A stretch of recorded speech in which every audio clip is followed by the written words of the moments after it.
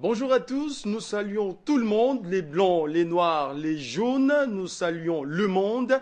Et c'est la grande tribune du débat panafricain qui commence à l'instant sur les antennes d'Afrique Média.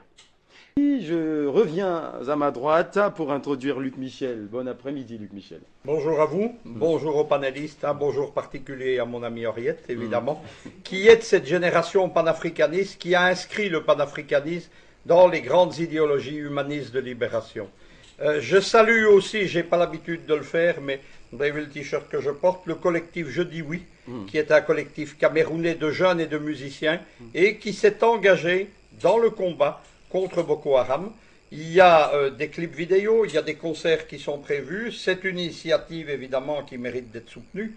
Généralement, je ne suis pas engagé dans la politique politicienne africaine, mais de plus en plus avec mes réseaux, nous soutenons des initiatives militantes comme celle-là. Et je suis ouvert évidemment à tous ceux qui peuvent avoir besoin de mon aide.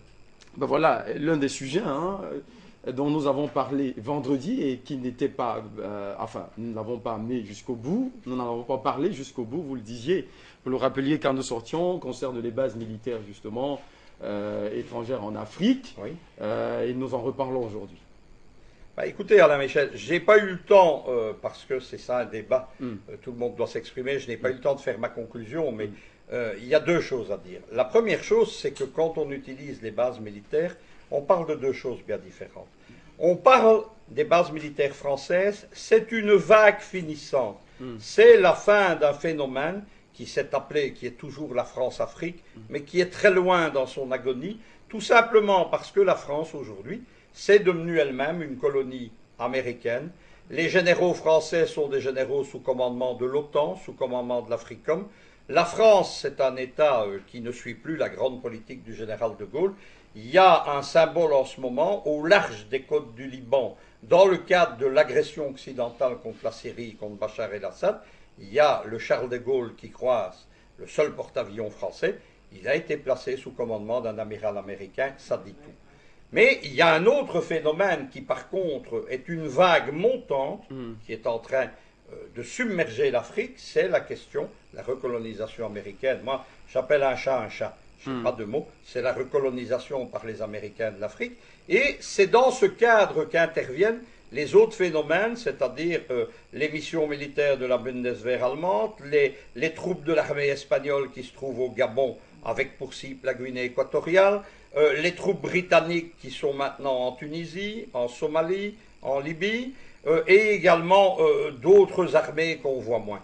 Les bases militaires américaines, elles sont là en appui, non pas d'une colonisation pour les matières premières ou des choses comme ça. Continuer à expliquer en 2015 tout avec des guerres pour les pétroles ou des guerres pour le gaz ou les multinationales, c'est une fausse analyse. L'Amérique, elle est en train de perdre pied, mais elle est encore la superpuissance. Et elle a choisi de tenter un banco géopolitique qui est de rester, c'est comme ça que l'écrivent les géopolitologues américains, c'est pas moi qui le dis, ils veulent rester pour que le XXIe siècle soit à nouveau un siècle américain, comme l'a été la dernière partie du XXe siècle. Dans ce cadre-là, ils ont, et je serai bref, ils ont un projet géopolitique. Dans ce projet géopolitique, l'Afrique n'est pas conçue comme un bloc. Les géopoliticiens américains ne voient pas l'Afrique comme une unité géopolitique. Ils voient tout d'abord l'Afrique saharienne et subsaharienne. C'est pour eux une frontière, ce qu'on appelle en géopolitique, d'un terme qui vient de l'Empire romain, un limès. La frontière, c'est quoi? C'est d'assurer la sécurité de ce qu'ils appellent le Grand Moyen-Orient, c'est-à-dire un arc de cercle qui va du Maroc jusqu'au Caucase.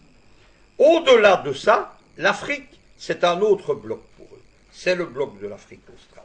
Si vous regardez les bases militaires américaines, vous verrez que c'est un grand croissant qui est en fait aux limites de l'Afrique subsaharienne et qui va de l'Algérie jusqu'à Djibouti. Quel est le sort? Ça sera encore une minute si vous voulez bien que je sois intelligent. Luc Michel, je voulais vous permettre de jeter le pavé dans la mare et je pense que là, histoire d'allécher les téléspectateurs et les autres invités, je pense que c'est fait, parce que si vous déballez tout maintenant, vous n'aurez plus rien à dire tout à l'heure. Ce n'est pas encore le sujet. N'en soyez pas sûr.